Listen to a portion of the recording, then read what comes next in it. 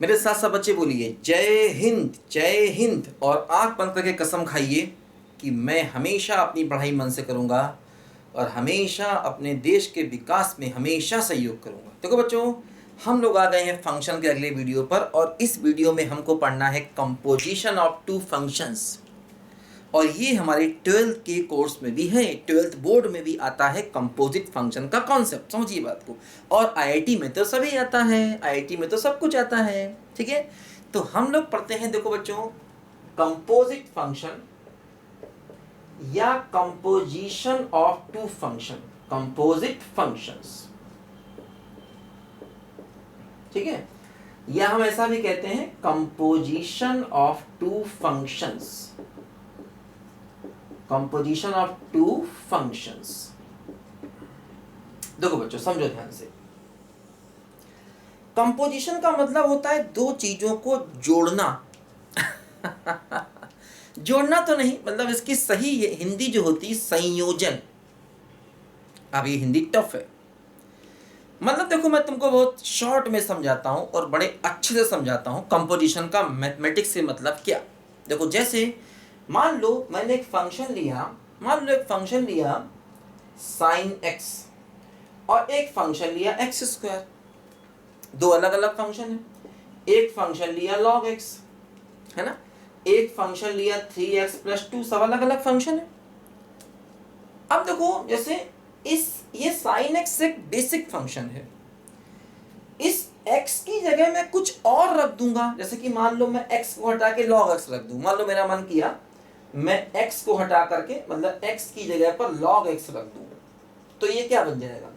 ये बन जाएगा साइन ऑफ log x, ठीक है। अच्छा, मैं ऐसा भी कर सकता हूं, मैं मान लो x की जगह हटा करके x² लिख दूं, तो ये बन जाएगा साइन ऑफ x²। तो बस यही एक कंपोजिट फंक्शन हो गया। ये एक कंपोजिट फंक्शन हो गया। किस किस का? साइन एक्स और लॉग एक्स का कंपोजिट फंक्शन ये हो गया, साइन एक्स और x² का कंपोजिट फंक्शन ये हो गया। अब देखो, जैसे मान लो साइन एक्स और लॉग एक्स है, मैंने x की जगह log x लिख दिया, तो ये कंपोजिट है। मैं ऐसा भी तो कर सकता था कि इसमें मैं x की जगह sin x लिख दूं, तो क्या हो जाएगा बोलो? log ऑफ sin x हो जाएगा। तो ये भी कंपोजिट फंक्शन है। किस किस का? sin और log x का। तो sin x और log x के दो कंपोजिट फंक्शन पॉसिबल हैं, एक ये और एक ये। यही देखो यहां पर भी x की जगह x² रख दिया, एक कंपोजिट फंक्शन। किस किस का? sin x और x² का। मैं ऐसा भी कर सकता हूं, इसमें मैं x की जगह sin x रख दूं, तो क्या बन गया? तो बन गया sin x का स्क्वायर। देखो, ये भी कंपोजिट फंक्शन है। किस किस का? sin x और x² का, ठीक है। देखो, जैसे sin x और इसको ले लिया जाए, x की जगह ये रख दिया जाए या x की जगह ये रख दिया जाए, तो दो फंक्शन अगर दिए जाएं तो उनको लेकर के दो दो कंपोजिट फंक्शन बन सकते हैं। भाई, x को हटा करके कुछ भी नया लिख दो, वो अपने आप में कंपोजिट फंक्शन है और कुछ नहीं। जैसे कि मान लो एक फंक्शन मैं दे दूं आपको log x और एक दे दूं mod x। अब मैं x की जगह mod x रख दूं, तो देखो ये बन गया क्या? log of mod x। ये कंपोजिट फंक्शन है। किसका? इन दोनों का। अच्छा, इसमें मैं x को हटा करके log x रख दूं, तो ये क्या हो गया? mod of log x। ये भी कंपोजिट फंक्शन है इन दोनों का। तो मतलब सिंपल भाषा में कहें तो किसी भी फंक्शन में x को हटा करके कुछ दूसरा फंक्शन रख देंगे तो वो उन दोनों का कंपोजिट फंक्शन बन जाएगा और कुछ नहीं। बहुत सिंपल भाषा में, ठीक है। x की जगह कुछ और फंक्शन ला के रख दिया, कुछ भी ला के रख दो। जैसे मान लो sin x है, मैं x की जगह 2x भी लिख सकता था, वो भी कंपोजिट फंक्शन हो गया sin 2x। मैं x की जगह √x भी लिख सकता था, वो भी कंपोजिट फंक्शन हो गया sin ऑफ √x। मैं x की जगह cos x भी लिख सकता था, वो भी कंपोजिट फंक्शन हो गया sin ऑफ cos x, है ना। तो कंपोजिट फंक्शन का बेसिक मतलब हुआ मेरे बच्चे, मेरे अच्छे, मेरे नन्हे, मेरे मुन्ने, मेरे भैया, मेरे बहना, ठीक है, कि x की जगह कोई दूसरा फंक्शन रख देंगे तो वो उन दोनों का कंपोजिट फंक्शन हो जाएगा। और हाँ, दो फंक्शन से दो कंपोजिट फंक्शन बन सकते हैं। अब देखो, ये तो हो गया आसान भाषा में। अब इसकी जो मैथमेटिकल भाषा है, देखो वो क्या कहती है उसको भी जरा समझ लें। मैथमेटिकल भाषा हर चीज़ की थोड़ी टफ होती है और हरिओम बाबा की भाषा हर चीज़ में आसान होगी। तो दोनों भाषा में समझो, पहले हरिओम बाबा की आसान भाषा समझो, फिर मैथमेटिकल भाषा भी समझ में आ जाएगी, कोई टेंशन नहीं है। टेंशन जाएगा पेंशन लेने। देखो जल्दी से,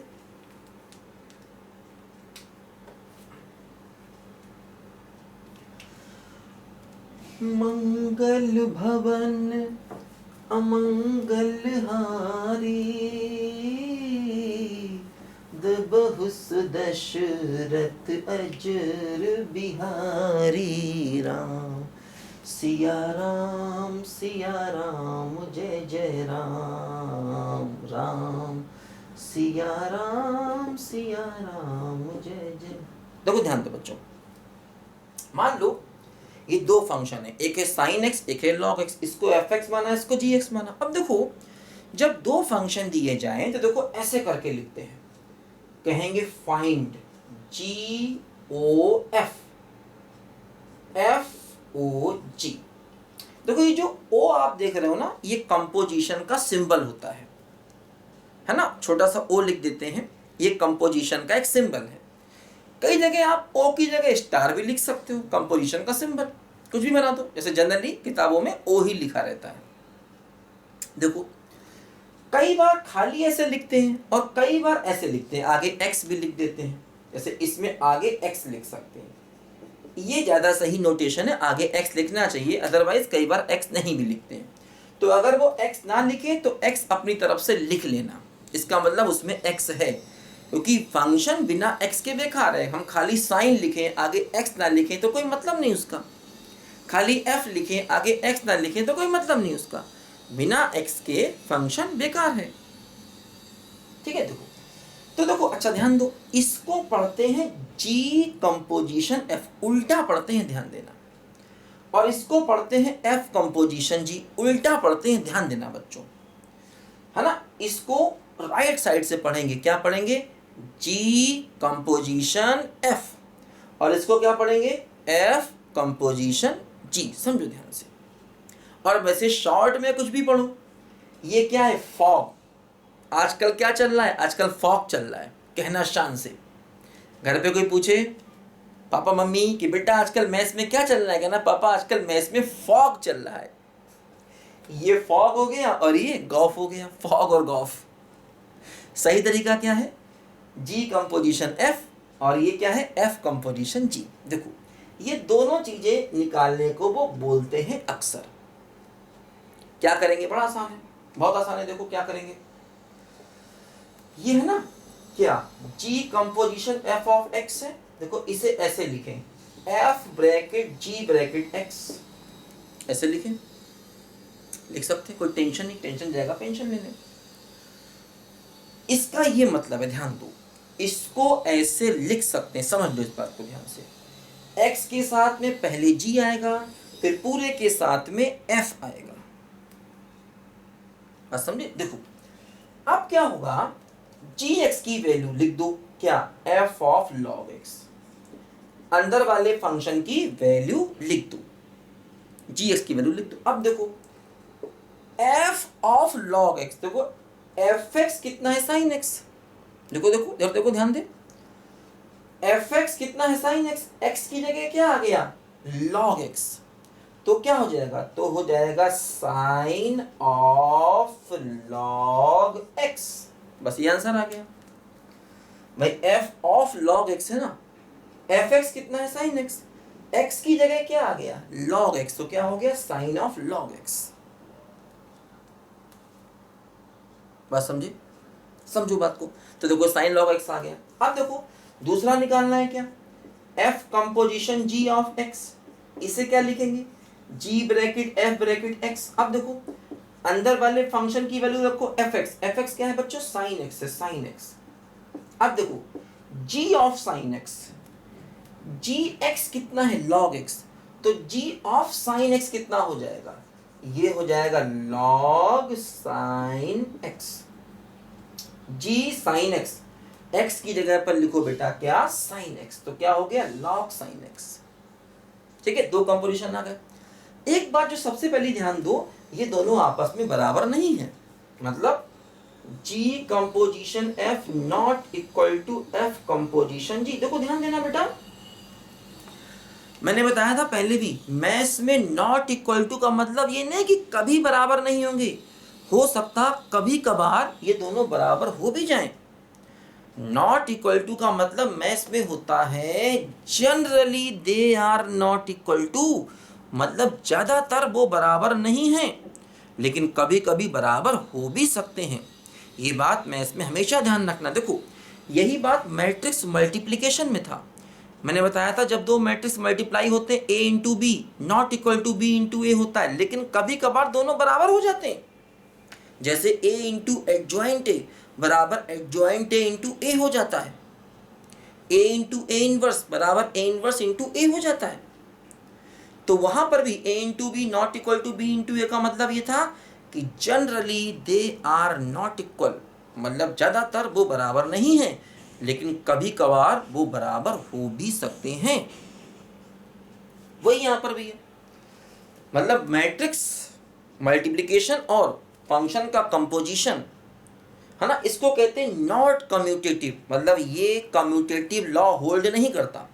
अगर दोनों बराबर होते, चीजों को इंटरचेंज करने से अगर बराबर आ जाए तो कहते हैं कम्यूटेटिव लॉ होल्ड करता है।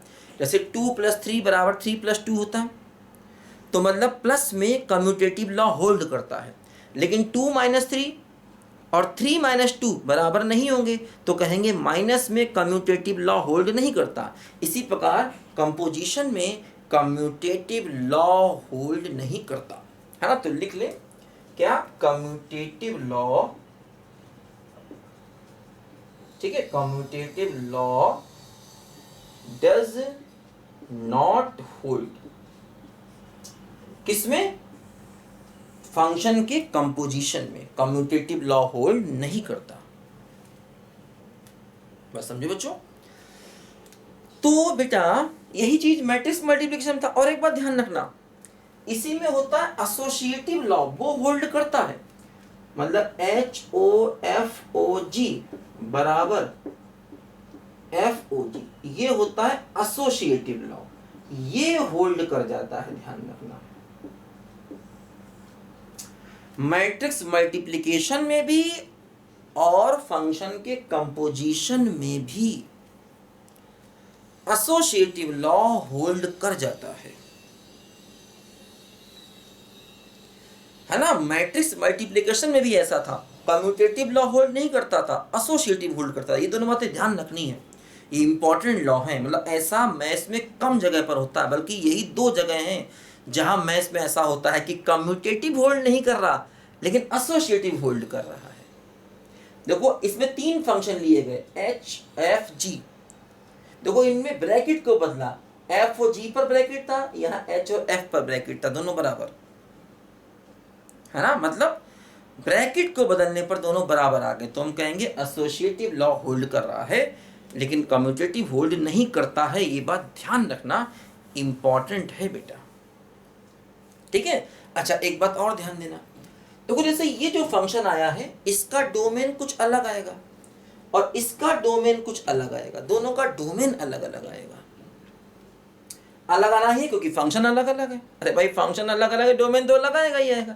इसमें कौन सी नई बात है, कोई नई बात नहीं, मत टेंशन पालो, लिखो जल्दी से।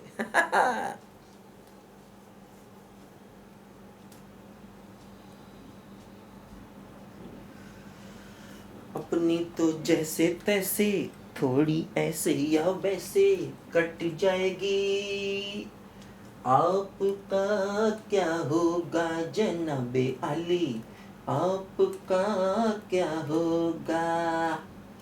टिंग डिंग टिंग डिंग डिंग डिंग टिंग डिंग डिंग डिंग डिंग टिंग डिंग टिंग डिंग टिंग डिंग टिंग डिंग डिंग टिंग डिंग।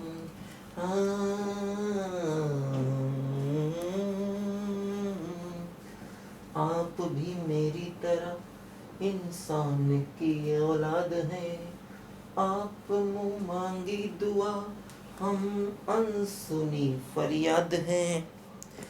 आप भी मेरी तरह इंसान की औलाद हैं,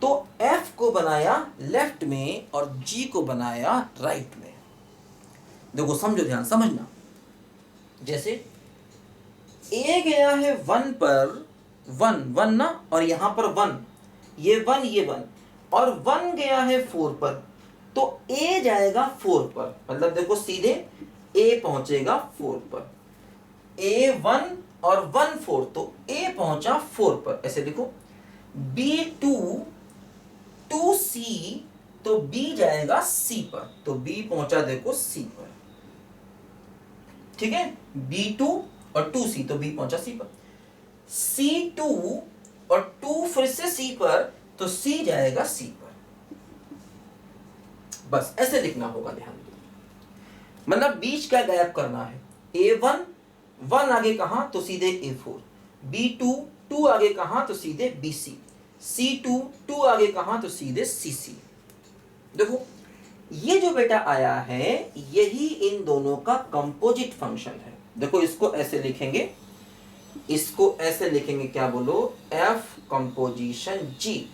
क्या हुआ देखो, A4 तो A,4, BC तो B,C, और CC तो C,C। ऐसे देखो ये हुआ, ये आया इन दोनों का कंपोजिट फंक्शन। और देखो ध्यान दो, इसकी डोमेन क्या है, इसकी डोमेन है ABC, और कोडोमेन क्या है 4CC, है ना।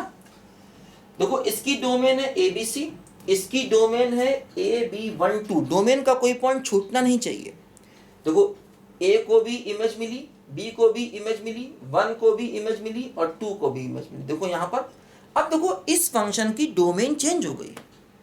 इसकी डोमेन ये नहीं है जो इसकी है। देखो ये मतलब G और F की डोमेन से कंपोजिट फंक्शन की डोमेन का लेना देना नहीं है। देखो इस कंपोजिट फंक्शन की अब डोमेन क्या हो गई, देखो इसकी डोमेन क्या हो गई, A B और C। इसकी डोमेन आ गई A B C। ये बाई चांस है, ये A के बराबर हो गई, इससे अलग भी हो सकती थी। ठीक है, और देखो इस फंक्शन की रेंज क्या आ गई, रेंज का मतलब सेकंड एलिमेंट 4 C और C दो बार है तो एक ही बार लिखेंगे।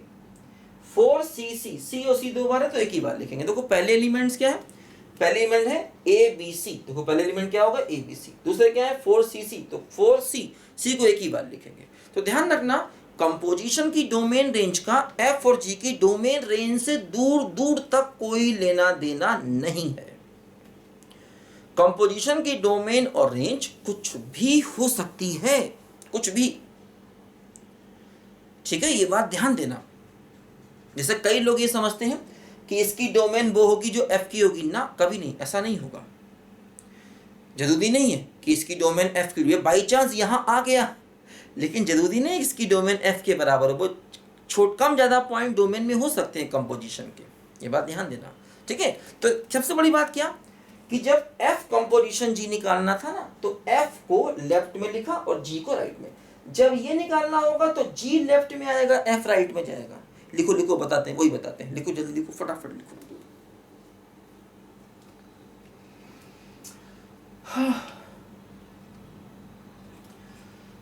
गाड़ी बुला रही है, सीटी बजा रही है, चलना ही जिंदगी है, चलती ही जा रही है, गाड़ी बुला रही है, सीटी बजा रही है, देखो बोरे। देखो ध्यान दो, यहां पर G क्या है राइट में, तो बनेगा G लेफ्ट में। देखो यहां बनाओ G को लेफ्ट में। देखो G में क्या है, A4 पर जाएगा, AB12, AB12, और D में क्या है 3 4 C D, ये C और ये D। तो देखो क्या हो रहा है, A गया 4 पर, तो A गया 4 पर, B गया 3 पर, तो B गया 3 पर, 1 गया 4 पर, तो 1 भी गया 4 पर, और 2 गया C पर, तो 2 गया C पर। देखो ये G हुआ। अब देखो F क्या हुआ, F देखो एफ में क्या है, एफ है ए टू बी, ये ए ये बी। देखो एफ में क्या हो रहा है, ए बी सी यहां पर है और 1 2 3 देखो यहां पर है। तो क्या हुआ बोलो, ए गया 1 पर, ए गया 1 पर, बी गया 2 पर, बी गया 2 पर, सी गया 2 पर, सी भी गया 2 पर। देखो समझो, अब क्या होगा, ए गया 4 पर और देखो 4 आगे कहीं गया ही नहीं, तो ए का काम खत्म। ए 4 पर, 4 आगे कहीं नहीं गया, ए का काम खत्म। बी 3 पर, 3 आगे कहीं नहीं, 3 का काम भी खत्म। 1 4 पर, फिर से 4 कहीं नहीं, 4 का काम खत्म। 2 सी पर और सी 2 पर, तो केवल 2 जाएगा 2 पर, बस केवल। समझिए बात को, देखो A4, अब देखो इसमें 4 तलाशो, 4 इसमें है ही नहीं, 4 कहीं गिरा तो ए का काम खत्म। B3, अब देखो 3 ढूंढो, इसमें 3 कहीं नहीं, 3 का काम खत्म। 1 4, फिर देखो 4 इसमें ढूंढो, कहीं नहीं। 2C, इसमें C है, C कहाँ गया 2 पर, तो 2 कहाँ जाएगा 2 पर, तो 2 जाएगा 2 पर। तो मतलब जो हमारा ये जो कंपोजिशन आया ना, ये वाला G कंपोजिशन F जो आया ना बेटा, इसमें एक ही पॉइंट आया, क्या 2, 2 बस केवल। तो इसका डोमेन भी 2 और इसका रेंज भी 2, x भी 2 और y भी 2, केवल एक ही एक पॉइंट है x में और y में। तो देखो ये क्या आ गया, ये आ गया G कंपोजिशन F। देखो ये आ गया क्या, G कंपोजिशन F। समझे कि नहीं बच्चों बात को? तो देखो इसका अब इनकी डोमेन रेंज से कोई लेना देना नहीं है। तो अगर फंक्शन ऑर्डर्ड पेयर फॉर्म में निकाला जाए, देखो ये बात एनसीईआरटी के सवालों में है, एनसीईआरटी में ऐसा दिए हैं सवाल। मतलब ऐसे सवालों में देखो 1 1 ऑन 2 भी चेक कर सकते हैं। देखो जैसे ये फंक्शन क्या है, ये 1 1 ऑन 2 है, ऑर्डर्ड पेयर में 1 1 ऑन 2 भी कर सकते हैं। ऑर्डर्ड पेयर में तुमको सिखाया मैंने, इनवर्स निकाल भी सकते हैं। ऑर्डर्ड पेयर में कंपोजिशन भी निकाल सकते हैं, है ना। जब फंक्शन ऑर्डर्ड पेयर में दिया जाए तो 1 1 ऑन 2 के सवाल भी एनसीईआरटी में तुमको मैंने कराए, देखो भी। और इनवर्स वाले भी, मतलब अगर फंक्शन ऑर्डर्ड पेयर, देखो इसको कहते हैं function in terms of ordered pair, ठीक है। तो अगर फंक्शन ऑर्डर्ड पेयर में दिया जाए तो 1 1 ऑन 2 भी चेक कर सकते हैं, इनवर्स भी निकाल सकते हैं, और देखो इनका हम कंपोजिशन भी निकाल सकते हैं। कैसे निकालते हैं आपके सामने, ठीक है। तो ऐसे सवाल एनसीईआरटी में दिया, आप कर लोगे आसानी से, कोई टेंशन नहीं। टेंशन अभी मैं करा भी दूंगा, वैसे आप सारे निकाल लोगे। देखो 1 1 के सारे निकाल लोगे, ऑन 2 के भी सारे निकाल लोगे। पहले थ्योरी पढ़ लो, पहले थ्योरी पढ़ लो बेटा, पहले थ्योरी पढ़ लो, सारे सवाल आप निकाल दोगे, एनसीईआरटी के सारे निकाल दोगे। और हाँ, आईआईटी के भी निकाल दोगे, क्योंकि आईआईटी में भी जो बता रहा हूँ वही सब आता है। अभी मैं हालांकि एक्स्ट्रा सवाल कराऊंगा और आगे वीडियो में, परेशान नहीं होना। अभी हर प्रकार का सवाल है, कुछ भी नहीं छूटेगा, ना एनसीईआरटी छूटेगा ना आईआईटी छूटेगा। जो बच्चे 12th में हैं उन्हें एनसीईआरटी करना बहुत ज़रूरी है, और आईआईटी वाले भी, क्योंकि देखो ये सब सवाल आईआईटी में भी आते हैं। जो एनसीईआरटी में है वो आईआईटी में आता है। और अब तो खैर जो अपना मेंस एग्जाम है उसमें कई बार काफ़ी सवाल मिल जाते हैं एनसीईआरटी के आईआईटी में, बल्कि केमिस्ट्री वगैरह में तो काफ़ी हद तक एनसीईआरटी से आता है। और पीएमटी के बच्चे, उनसे पूछो, वो बायो में एनसीईआरटी ही पढ़ते हैं। जो पीएमटी की तैयारी करते हैं वो बायो में एनसीईआरटी के अलावा कुछ पढ़ते ही नहीं है, इतनी इंपॉर्टेंट है एनसीईआरटी। तो खैर मैथ्स वाले भी अगर पढ़ लेंगे, थोड़ा ध्यान, मतलब स्पेशली किताब उठा के सवाल नहीं करो। मतलब जैसे आईआईटी के बच्चे ये नहीं एनसीईआरटी उठा करने लग गए ना, जो मैं करा रहा हूँ उस पर ध्यान दो। ये नहीं कि ये एनसीईआरटी में तो बेकार है ना, बेकार कुछ नहीं है, सब आईआईटी मेंस में आता है, ध्यान देना। कुछ भी बेकार नहीं, जो मैं पढ़ा रहा हूँ कुछ भी बेकार नहीं। हरिओम बाबा कभी बेकार नहीं पढ़ाएंगे, सब इंपॉर्टेंट और अच्छी चीज़ें हैं, ध्यान देना। अच्छे से दिमाग लगा के पढ़ो, लिखो जल्दी इसको। हाँ।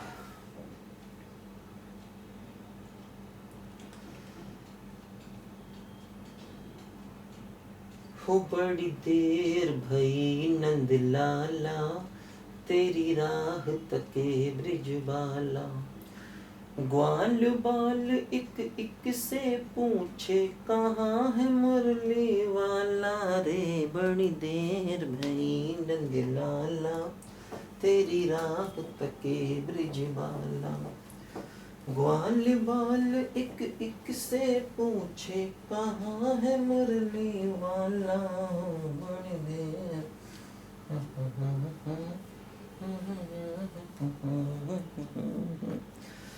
कोई न जाए कुंज गलिन में तुझ बिन कलियां चुनने को, पूरा कर दे,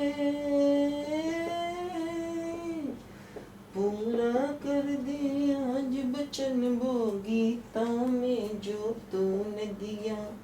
कोई नहीं है तुझ बिन मोहन, भारत का रखवाला हो बड़ी देर है।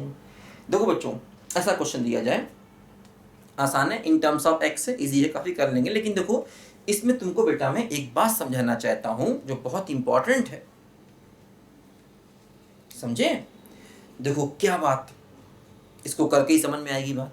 देखो जैसे मान लो ये निकालना है, F O G of X चाहिए बच्चों, तो क्या होगा, G of F of X हो गया, ठीक है। एफ एक्स की वैल्यू रखो, एफ एक्स की देखो ये वैल्यू आ गई, समझे? अब देखो जी एक्स दिया गया है और जी ऑफ दिस चाहिए, जी ऑफ दिस, जी एक्स दिया गया है, तो एक्स की जगह पर ये टर्म इसमें रखो, समझे? देखो ये एक्स है ना, एक्स, एक्स की जगह पर ये टर्म यहां पर रखो, तो क्या हुआ बोलो, 1/x की जगह पर देखो ये वैल्यू रखो, 1/x - 1 + 2, समझे? x की जगह पर ये टर्म रख दो, इसमें x की जगह पर आ जाएगा, समझे? g ऑफ x ये है, g ऑफ दिस चाहिए, तो क्या करेंगे, यहां से x की जगह पर ये टर्म रख दो, ये वाला, बस आ गया। देखो ये सिंप्लीफाई कर लो, क्या हुआ बोलो, x - 1 ऊपर, नीचे क्या होगा, 1 + 2x - 2, तो x - 1/2x, ठीक है, एलसीएम लेके सिंप्लीफाई कर लिया, इतना तो आप जानते ही।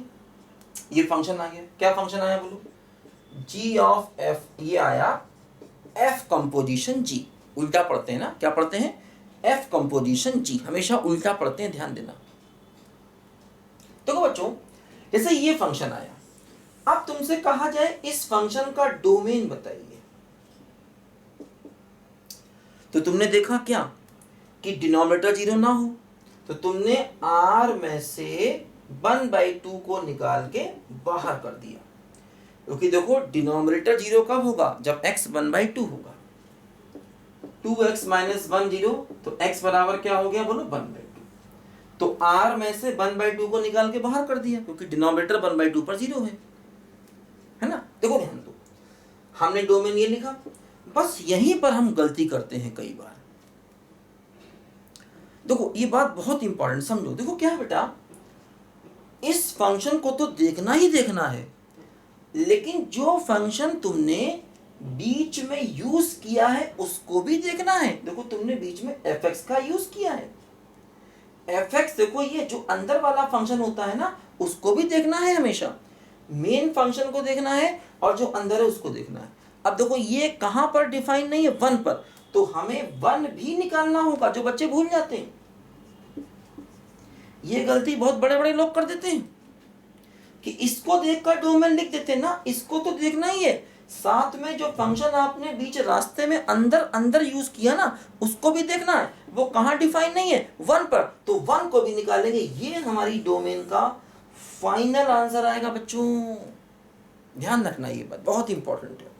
कंपोजिट फंक्शन की जब भी डोमेन निकालनी हो तो लास्ट वाले फंक्शन को देखो और जो बीच रास्ते में यूज किया है उसको भी देखो, बहुत इंपॉर्टेंट, बहुत बहुत इंपॉर्टेंट, ठीक है। लिखो, जल्दी लिखो। अब देखो अगर हमें इस फंक्शन की रेंज निकालनी हो तो देखो कैसे रेंज निकालते हैं, रैशनल फंक्शन है, रैशनल फंक्शन की रेंज आप निकाल सकते हैं, कैसे निकालोगे, देखो y बराबर क्या है बोलो, x - 1/2x - 1, देखो क्या हुआ, 2xy - y बराबर x - 1, x कॉमन ले लो तो क्या हुआ, 2y - 1 बराबर y - 1, x बराबर क्या हुआ, y - 1/2y - 1, बात देखो समझो भाई, रैशनल फंक्शन की रेंज ऐसे ही तो निकालते हैं बेटा, इसमें कोई नया थोड़ी मैं कर रहा हूँ, सब कुछ बल्कि तुम पहले से जानते हो। ठीक है, लिखा है ऐसे, है ना? हाँ ठीक है। देखो अब देखो डिनोमिनेटर कब 0 होगा, जब y 1/2 होगा, तो इसका मतलब y को 1/2 नहीं लेना, तो रेंज क्या हो गया बोलो, रेंज क्या हो गया, r - 1/2 रेंज हुआ। लेकिन ध्यान दो एक बात ध्यान दो, क्या डोमेन में से 2 पॉइंट निकल रहे थे, क्या हाफ और 1, तो रेंज में से भी 2 पॉइंट निकलेंगे, क्योंकि 2 पॉइंट तुम्हारी डोमेन में नहीं है, x की 2 वैल्यू तुम्हारी डोमेन में नहीं है, तो उनके करस्पॉन्डिंग y की भी 2 वैल्यू आएंगी, वो तुम्हारी रेंज में नहीं होंगी, क्योंकि ये 2x तुम नहीं ले रहे हो, तो इनसे जो 2y मिलना चाहिए वो भी तुम्हारी रेंज में नहीं आएगा। देखो जैसे 1/2, x को 1/2 अब रख नहीं सकते, डिनोमिनेटर 0 हो जाएगा, 1/2 निकला है ना, तो 1/2 आप रखो, x को नहीं रख सकते, y कुछ मिलेगा ही नहीं, अच्छी बात है। लेकिन अगर x को 1 रखोगे तो अब y 0 आ जाएगा, x को 1 नहीं ले रहे, इसका मतलब y 0 भी नहीं होगा, क्योंकि देखो ये x 2 वैल्यू नहीं ले रहा है, 1 हाफ नहीं हो रहा है और 1 नहीं हो रहा है, x को हाफ आप रख नहीं सकते क्योंकि y कुछ मिलेगा ही नहीं, इनफाइनाइट मिलेगा, तो ये पॉइंट बेकार। लेकिन अगर x को 1 रखोगे तो y क्या मिलेगा, 0/1 यानी कि 0, इसका मतलब y की वैल्यू 0 हो सकती है, लेकिन एक्चुअली तुम x बराबर 1 ले नहीं रहे, इसलिए y बराबर 0 तुम ले नहीं सकते, x बराबर 1 तुम नहीं ले रहे, इसलिए y बराबर 0 ले नहीं सकते, इसका मतलब रेंज का अभी आंसर गलत है, इसमें से 0 को भी निकालना होगा। अब आंसर सही आया, मतलब r में से एक तो ये पॉइंट निकला जो दिख रहा है वो निकला, और एक पॉइंट ये भी निकला, क्योंकि इससे हाफ से तो आपको y मिल ही नहीं रहा था, लेकिन 1 से y मिल रहा था जो 0 था, और 1 नहीं हो सकता, इसका मतलब y 0 नहीं हो सकता, तो आपने एक पॉइंट ये निकाला और एक पॉइंट 0 को भी निकाल के बाहर किया, तब आपको रेंज का सही आंसर मिला। ये 0 निकालना लोग भूल जाते हैं क्योंकि वो यहाँ दिखता नहीं, जैसे डोमेन में भी ये पॉइंट भूल जाते हैं क्योंकि वो यहाँ दिखता नहीं, उसी प्रकार रेंज में भी ये पॉइंट निकालना भूल जाते हैं क्योंकि ये यहाँ दिखता नहीं। समझ गए बेटा? बहुत इंपॉर्टेंट चीजें हैं, बाल की खाल निकालना पड़ता है, मैथ्स में इंटरेस्ट है, ड्रामा है, इमोशंस है ना, यहाँ मैथ्स में ड्रामा है, इमोशंस है, समझे, हर चीज है यहाँ पर। ठीक है, बहुत बढ़िया चीजें हैं, मजा आ जाता है लाइफ में पढ़ो तो, मतलब गणितमय हो जाते हैं, मैथ्समय हो जाते हैं, बिल्कुल मस्त होके पढ़ो, कोई टेंशन नहीं लेना, टेंशन जाएगा पेंशन लेने, मस्त होके पढ़ो, मैथ्स में एंजॉयमेंट है। टिकटॉक में ना दुनिया भर के वीडियो में ना मैथ्स में एंजॉय करना सीखो। ओए मेरे बच्चे, ये क्या हो रहा है, मैं ले जा रहा हूँ, बीच में जा रही है साइड में, ऐसा कैसे हो गया यार? अच्छा, बड़ी समस्या है यार, मैं बीच में ले जा रहा हूँ, वो जा रही है साइड में, तो पहली बार मैंने ऑब्जर्व किया। खैर छोड़ो, जाने दो, लिखो जल्दी से। अब ऐसे ही दूसरा कंपोजिशन निकाल लेंगे बेटा, और उसका भी डोमेन रेंज ऐसे ही निकालेंगे, तुम्हारे ऊपर छोड़ दिया, करना है इसको, लिखो जल्दी लिखो। कोई न जाए कुंज गलिन में तुझ बिन कलियां चुनने को, तरस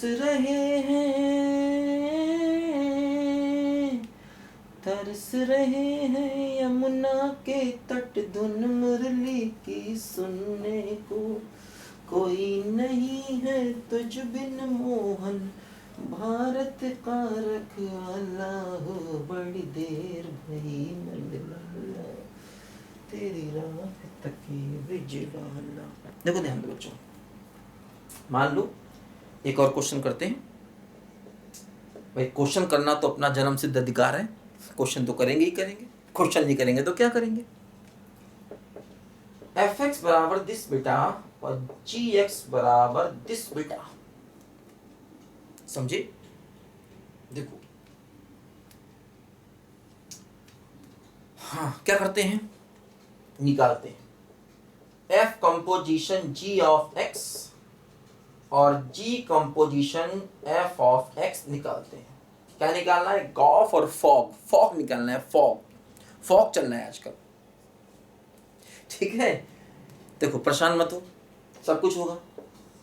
देखो पहले इसको निकालो, एफ और जी ऑफ एक्स को निकालो, क्या होगा, ये होगा g bracket F bracket x, f x की वैल्यू देखो ये रखो, ठीक है, रखी, वैल्यू, वैल्यू, वैल्यू नहीं वैल्यू, वैल्यू, बैल नहीं, बैल नहीं, नो नो बैल, वैल्यू नहीं, क्या वैल्यू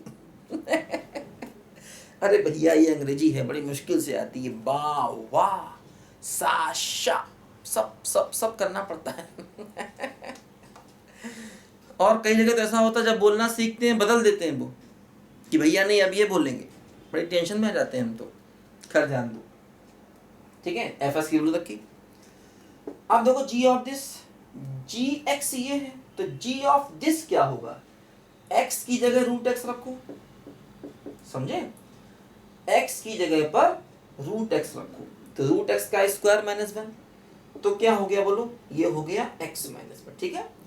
जी एक्स ये है ना, जी ऑफ रूट एक्स, तो x की जगह पर रूट एक्स रखो, रूट एक्स का स्क्वायर माइनस 1, ये आ गया। अब देखो इस फंक्शन की डोमेन, ये लीनियर फंक्शन है तो डोमेन r हो गई, डोमेन क्या हो गई बोलो, r हो गई।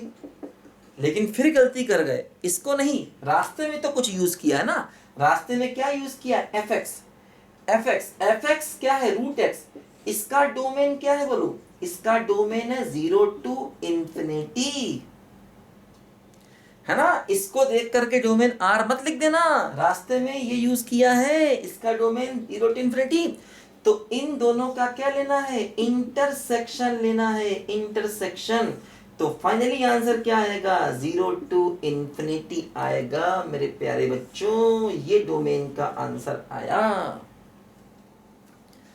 समझे। इसका इसका दोनों को देखना होता है, दोनों का इंटरसेक्शन लेना होता है, मतलब वही है कि इंटरसेक्शन लो, दोनों के कॉमन चीजें लो। अब समझो, जैसे ये फंक्शन अपने पास है y बराबर x माइनस 1, ये क्या है, कंपोजिट फंक्शन है, और इसका डोमेन क्या है, डोमेन इसका ये है क्या, 0 टू इंफिनिटी, तो ये आया है तुम्हारा कंपोजिट फंक्शन, इसको y मान लिया, इसको y मान लिया। भाई y तो किसी भी फंक्शन को मान सकते ना बेटा, y पर किसी का अधिकार थोड़ी है, कोई फंक्शन y हो सकता है। अब ये फंक्शन है और ये इसका डोमेन, अब इसका रेंज निकाल सकते हो, अब इसका रेंज r नहीं होगा क्योंकि x बदल दिया। लीनियर फंक्शन का रेंज r तब होता है जब डोमेन r होता है, ध्यान दो, ये लीनियर फंक्शन है, लीनियर फंक्शन का अगर x मतलब डोमेन r हो, x मतलब डोमेन, अगर x r हो तो y r मतलब रेंज r तब होता है, लेकिन यहाँ x को बदल दिया तो y बदलेगा, क्या होगा y, क्या होगा रेंज, निकाल सकते हैं कैसे, आसान है, देखो x क्या है, 0 टू इंफिनिटी है, इसमें से 1 माइनस कर दो तो क्या हो गया, -1 टू इंफिनिटी हो गया। अरे भाई x दिया है, x माइनस 1 चाहिए, बोलो, तो 1 माइनस कर दो तो क्या हुआ बोलो, ये क्या आ गया, ये y तो है, तो y क्या आ गया, y आ गया -1 टू इंफिनिटी, तो ये इस फंक्शन का रेंज हो गया। या ग्राफ से निकाल लो, इसका ग्राफ बनाओ, x को रखोगे 0 तो y क्या आएगा, -1, मैंने बताया था स्ट्रेट लाइन ग्राफ, 0 -1 पॉइंट आया, x को रखोगे 0 y क्या आएगा -1, y को रखोगे 0 x क्या आएगा 1, तो 1 0, देखो 2 पॉइंट्स आ गए।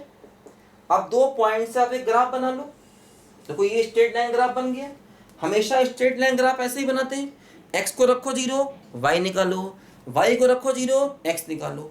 अब देखो x क्या है, 0 टू इंफिनिटी, तो x की वैल्यू लेनी है बेटा 0 टू इंफिनिटी, x की वैल्यू क्या लेनी बेटा, 0 टू इंफिनिटी लेनी है, तो ग्राफ का तुम्हें केवल ये हिस्सा दिखाई देगा, केवल ये हिस्सा, क्योंकि तुम्हें ओरिजिन के आगे जाना है, तो ग्राफ का ये हिस्सा बेकार है, मिटा दो, क्योंकि ओरिजिन के आगे जाना है, ओरिजिन के आगे ग्राफ का ये हिस्सा है। तो देखो यहाँ पर y मिनिमम क्या है, y मिनिमम बेटा है -1 से इंफिनिटी, यही अपना रेंज हो गया जो कि ऐसे भी आ गया था। समझ गए?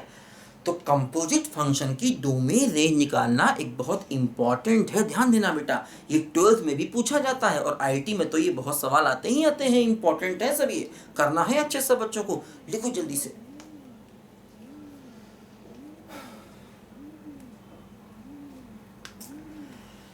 चलो बुलावा आया है, माता ने बुलाया है, जय माता दी चलो बुलावा आया है, माता ने बुलाया है। हो मस्त हवाओं का एक झोंका ये संदेशा लाया है, चलो बुलावा आया है, माता ने। समझ गए? इसको ऐसे लिखा, gx की वैल्यू रख दी, समझे? अब देखो क्या, f ऑफ दिस चाहिए, f of this, f of x मालूम है, x की जगह इसको रखो तो क्या हो गया बेटा, under root of X square -1, है ना। f ऑफ दिस, x की जगह ये रखो तो f ऑफ दिस तो क्या हो गया, अंडर रूट एक्स स्क्वायर -1। ये आ गया इसका कंपोजिशन, इसको y कह लो, एक ही बात है। अब देखो इसका डोमेन निकाल सकते हैं, रूट के अंदर है ना, तो क्या होगा, एक्स स्क्वायर -1 पॉजिटिव, बहुत आसान है, वेवी का मेथड, बहुत ही आसान बच्चों। x की वैल्यू 1, x की वैल्यू -1, पॉजिटिव नेगेटिव पॉजिटिव, कितने बार सिखाया वेवी का मेथड, ये इक्वल, यहाँ भी इक्वल, पॉजिटिव चाहिए तो -∞ से -1 यूनियन 1 से इंफिनिटी। लेकिन ध्यान दो, जो फंक्शन तुमने बीच रास्ते में यूज किया है ना बेटा, वो क्या है, gx, और ये है वो, और इसका डोमेन क्या है, r, क्योंकि gx ये है, इसका डोमेन r है, तो इसका r का आपस में लेंगे क्या, इंटरसेक्शन। तो इन दोनों का जब इंटरसेक्शन लेंगे तो यही आंसर आ जाएगा, क्योंकि r से किसी का भी इंटरसेक्शन लोगे तो वही आंसर हो जाएगा। तो मतलब ये आ गया हमारा कंपोजिट फंक्शन, और इसका डोमेन यही आ गया, क्योंकि इसका इंटरसेक्शन तो यही हो जाएगा आंसर। और इसका रेंज भी निकाल सकते हो, तुमको निकालना सिखाया था मैंने, अंडर रूट के अंदर अगर फंक्शन है तो रेंज कैसे निकालेंगे, यही सवाल कराया था, याद है? एक बार देखो, अब मैं नहीं बताऊंगा ना ना ना, बिल्कुल नहीं, मैं नहीं बताऊंगा। देखो पढ़ो, एक बार कोशिश करो, मेहनत करना चाहिए, कोशिश करना चाहिए। देखो मैंने अलग से बनाया है video, range of under root function, range निकालने का तीसरा या दूसरा वीडियो है, एक बार सर्च करो, सब मिलेगा। ऐसे फंक्शन की रेंज निकालना सिखाया है, कैसे निकालते हैं, ग्राफ से ही बताया और जनरल मेथड से ही बताया। इंपॉर्टेंट है, निकालो इस फंक्शन का रेंज, बहुत इंपॉर्टेंट है, ध्यान देना, निकालो एक बार। देखो मैंने वीडियो में सवाल कराया है बेटा, यहाँ पर शायद x² -9 का कराया है, समझे? बड़ा इंपॉर्टेंट सवाल है, करो अपने आप से करो, एक बार ढूंढो सर्च करो, वीडियो है, पूरा वीडियो है, ध्यान दो, ठीक है बच्चों। तो ये कंपोजिट फंक्शन का वीडियो था, लेक्चर था, ये हम लोगों ने पढ़ा, बहुत मजा आया, बहुत ही जायकेदार मसालेदार ये वीडियो था, बहुत इंटरटेनमेंट हुआ, मजा आया, इमोशन था, ड्रामा था, फाइट था, सब कुछ था, ठीक है। अगले वीडियो में मिलेंगे कुछ और बढ़िया सवालों के साथ में, तब तक के लिए बाय बाय।